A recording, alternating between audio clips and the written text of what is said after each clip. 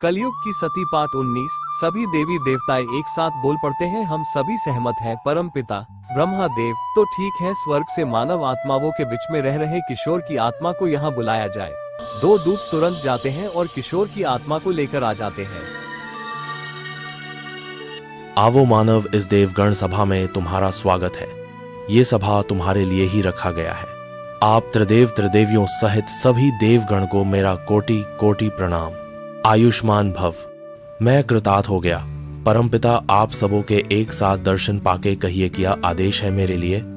तुम्हें एक विशेष कार्य हेतु बुलाया गया है। वो क्या देव? तुमने अपनी सारी जिम्मेदारी बखूबी निभाई, बाप की सेवा, क्रिया कर्म, घर मकान, यहाँ तक कि अपने पागल भाई को खोजने में अपनी जान तक दे दी। सती जानकी ने कितना विलाप किया था, तुम्हें रोकने की अथक कोशिश की थी, तुम्हें साफ साफ कहा था कि आपको कुछ हो जाएगा, फिर भी तुम नहीं डरे, ना ही अपने पद से डगे।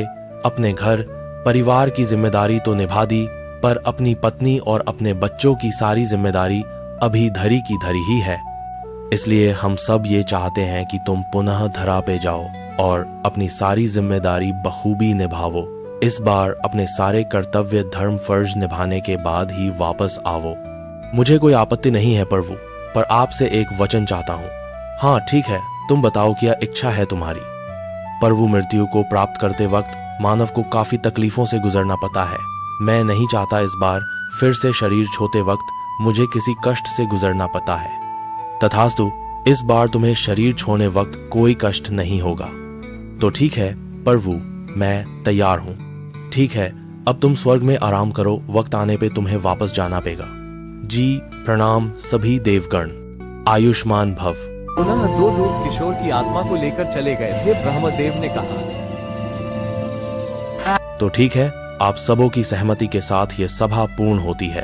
अब आप सभी देव भी अपने अपने धाम पधरे। जी परमपिता, प्रणाम। आयुष्मान भव। इधर पृथ्वी पर जानकी अपने दोनों बच्चों को तैयार कर स्कूल भेज देती है। फिर स्नान ध्यान पूजा पाठ के बाद एक चिट्ठा बनाकर कुछ पैसे लेके बाजार की ओर निकल जाती है। घर में राशन पानी खत्म हो गया था।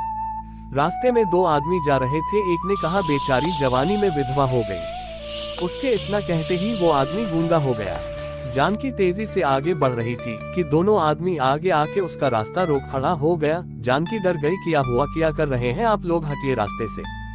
दोनों गिड़गिड़ा उठा, माफ कर दीजिए बहन, ये गूंगा हो गया, आपको अशुभ कहे तो आप जरूर कोई महान आत्मा है, माफ कर दे इसे।